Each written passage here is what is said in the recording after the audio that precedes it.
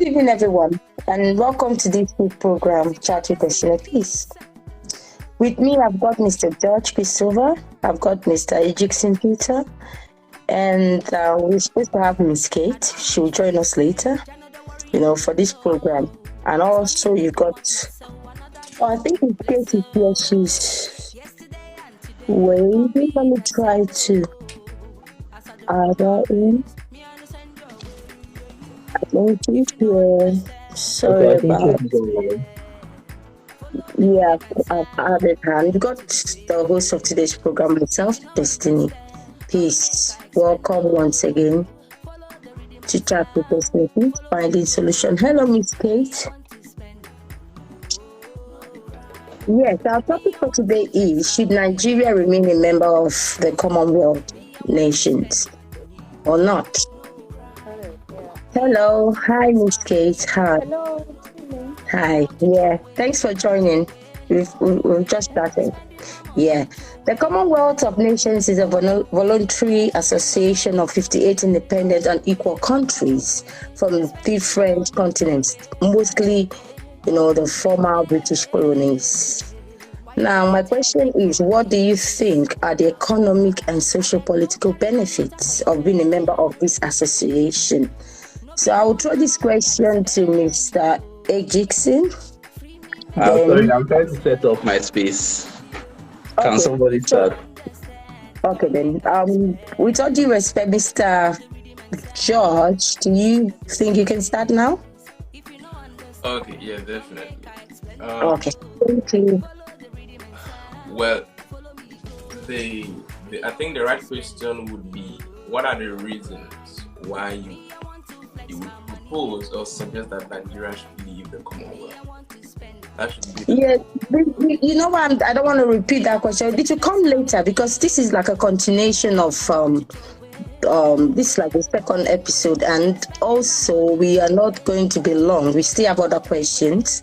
So it's just 45 minutes, but that's fine. If you want to briefly touch it, then move on to the question. That would be appreciated because we've actually discussed that last week. We didn't emphasize much on it again. We'll bring it to the end so that we can now also, have more discussions along the line. Well, but that's fine. Yeah, basically, I was leaning towards the fact that, at least for me, at least for the moment, I do not think,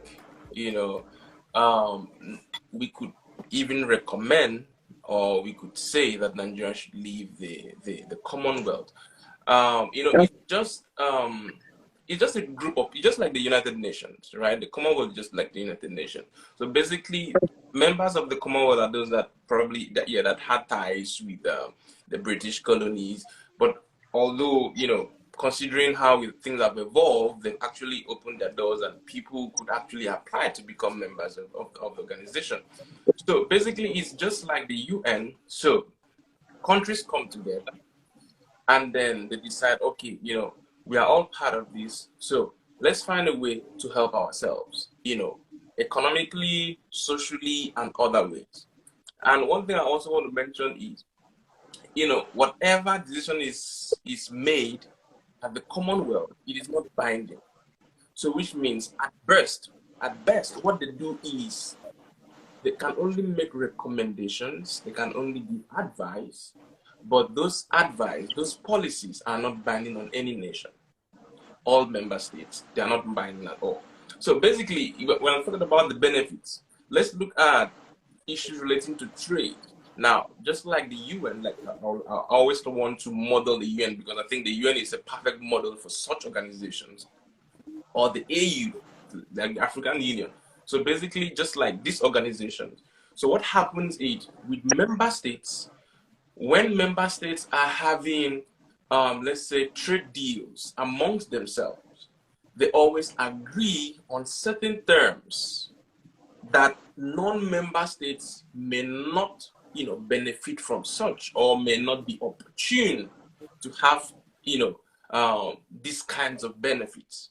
So, for instance, let's say you are probably Jamaica now, and I'm Nigeria, and I want to export to your country. since we are members of the same organization, we could actually reach an agreement and say, okay, you know what?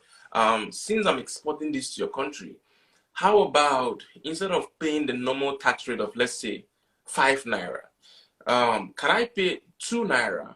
And then when you are exporting to my country, right, we would do the same to you. So basically, it's just a group of nations coming together and saying, all right, let's help ourselves out. So basically, what they're doing there is just helping themselves. And I believe Nigeria has benefited a lot also from the Commonwealth. Mm-hmm. I think in 2021, the Minister of Education was saying that over 30,000 Nigerians have benefited from the Commonwealth scholarship. That's one of the benefits. Now let's talk about the free movement, the free flight zone.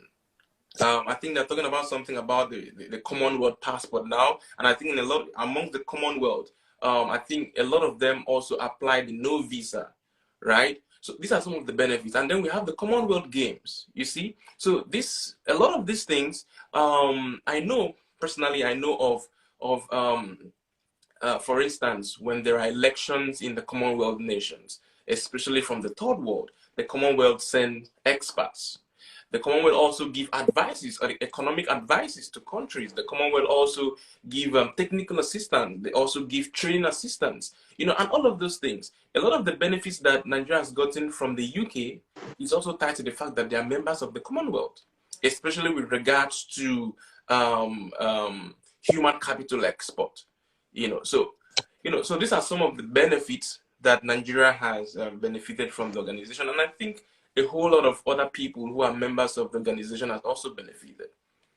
So I think I would just stop at that and allow other people to speak as well.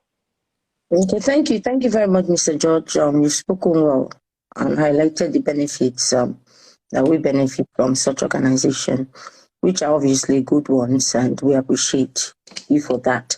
Mr. Ejikson, do you please want to say something? Do you want to add something to it, or?